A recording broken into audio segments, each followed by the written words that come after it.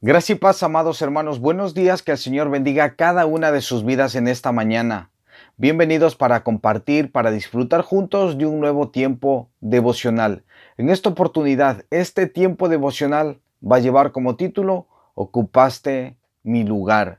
Ocupaste mi lugar. Soy Juan Carlos Barahona González. Y en esta oportunidad, para comenzar este tiempo devocional, vamos a leer como base un versículo que se encuentra en una carta escrita por el apóstol Pablo a su fiel discípulo, hijo en la fe, Timoteo. Pues vamos a leer en la segunda carta de Timoteo, capítulo 2, versículo 19. Pues dice la palabra del Señor lo siguiente: pero el fundamento de Dios está firme, teniendo este sello: conoce el Señor a los que son suyos, y apártese de iniquidad todo aquel que invoca el nombre de Cristo. Y el pastor Charles Haddon Spurgeon, en base a este texto, tiene una reflexión para cada uno de nosotros. Prestemos atención.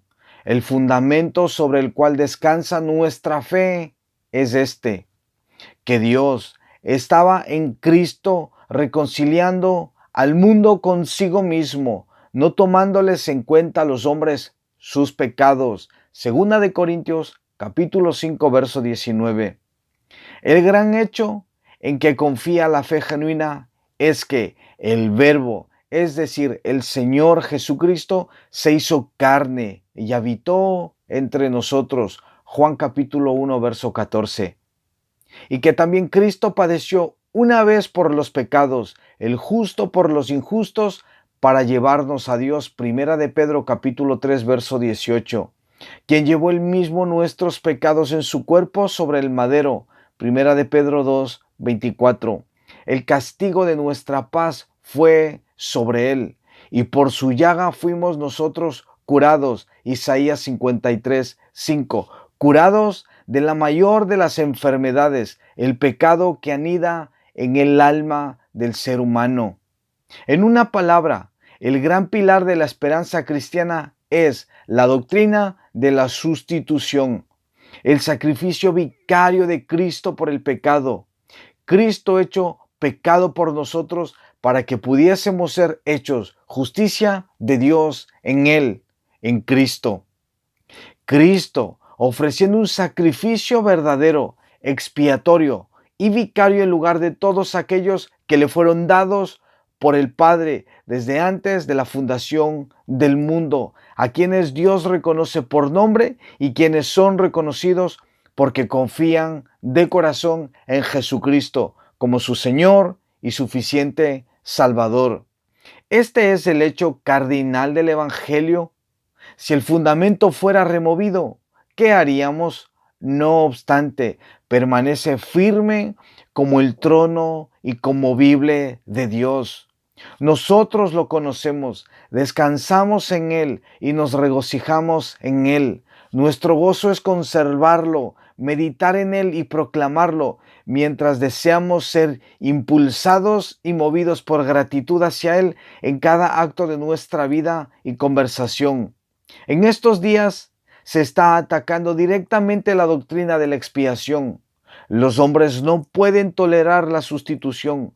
Crujen los dientes ante el pensamiento del Cordero de Dios que carga con el pecado del hombre que Dios escogió por gracia. Sin embargo, nosotros ni la diluimos, ni la cambiamos, ni la desmenuzamos en alguna forma o estilo. Cristo seguirá siendo un positivo sustituto, cargando con el pecado humano y sufriendo en lugar de hombres, de aquellos por los cuales Dios envió a morir a Cristo, hombres de toda lengua, de toda tribu y de toda nación. Nosotros no nos atrevemos a dejar esta verdad, porque aquella es nuestra vida, y a pesar de toda controversia, sentimos que el fundamento de Dios está firme. Segunda de Timoteo, capítulo 2, verso 19. Es lo que nos dice en esta mañana nuestro hermano el pastor Charles Haddon Spurgeon. Él nos habla de la preciosa doctrina de la sustitución. Me gustaría que nosotros prestemos atención a un comentario que quiero leerles de la Biblia de estudio del pastor John MacArthur, donde él nos habla acerca de la doctrina de la sustitución, pero también nos habla acerca de la doctrina de la imputación. Y vamos a ver qué significan estas enseñanzas, estas doctrinas. Se lo explica de una manera clara y sencilla. Me gustaría que prestemos atención y él toma como base para hablarnos de estas doctrinas Segunda de Corintios capítulo 5 verso 21, donde dice la palabra del Señor lo siguiente: al que no conoció pecado, por nosotros lo hizo pecado, para que nosotros fuésemos hechos justicia de Dios en él, es decir, en Cristo. Entonces prestemos atención al concepto acerca de la doctrina de la imputación y de la sustitución. Jesucristo, el Hijo de Dios, sin pecado ni mancha, por nosotros lo hizo pecado, Dios el Padre. Dios el Padre, quien aplica el principio divino de imputación, trató a Cristo como si Él fuera un pecador, aunque no lo era. Y sigue diciendo el pastor lo siguiente: aunque no lo era, y permitió que muriera como sustituto para pagar el castigo por los pecados de todos los que creyeran en Él. En la cruz, Él no se convirtió en un pecador como algunos han sugerido, sino que Jesucristo permaneció santo como siempre. Fue tratado, eso sí, como si fuera culpable de todos los pecados cometidos por todos los que habrían de creer, aunque no había cometido un solo pecado. La ira de Dios se desató sobre él hasta saciarse, y el requisito justo de la ley de Dios fue cumplido a perfección para beneficio de aquellos en cuyo lugar murió el Señor Jesucristo. Entonces, por un lado, podemos ver nosotros la doctrina de la imputación. Es decir, nuestro Dios el Padre vino a arreglar cuentas con el Señor Jesucristo. Él vino a arreglar cuentas con los pecadores, pero Jesucristo se puso ahí a negociar con el Padre. Y es como si el Señor Jesucristo hubiese dicho: vale, estos pecadores deben morir por sus pecados. Eso dice tu palabra, Padre, pero yo voy a pagar por los pecados de ellos. Ese es el arreglo, esas son las cuentas que Dios el Padre arregla con el Señor Jesucristo. A ese acuerdo es al que llegan. Y muy bien, esto no se puede quedar solamente en argumentos, sino que ahora también nosotros sabemos que la ira de Dios tiene que venir sobre los pecadores. Y entonces Jesucristo también no solamente nos imputa, no solamente se hace cargo de la deuda, sino que Él también la paga. Y entonces ahí nosotros vemos la doctrina de la sustitución. Nuestro Señor Jesucristo, Él ocupa nuestro lugar en la cruz. Dios el Padre crucifica a su Hijo en la cruz. Dios el Padre mata a su Hijo en la cruz por nuestros pecados. Vemos ahí, amadísimos hermanos, la importancia de estas preciosas enseñanzas. Por un lado, la imputación y por otro lado, la sustitución. Estas verdades tienen que ser inconmovibles en una verdadera fe, en el corazón de un verdadero creyente, de un verdadero salvado por la gracia y salvado por la fe en el Señor Jesucristo. Esta es una doctrina fundamental en la iglesia verdadera del Señor Jesucristo. Así que me gustaría que en esta mañana nosotros la recordemos, que la abracemos, que también nosotros la defendamos cuando sea necesario, porque nadie, amados hermanos, nadie más podía ocupar un lugar en esa cruz, sino solamente el santo y el perfecto, el justo por los injustos, para llevarnos a Dios, nuestro glorioso, único, extraordinario, excelso Señor y Salvador Jesucristo.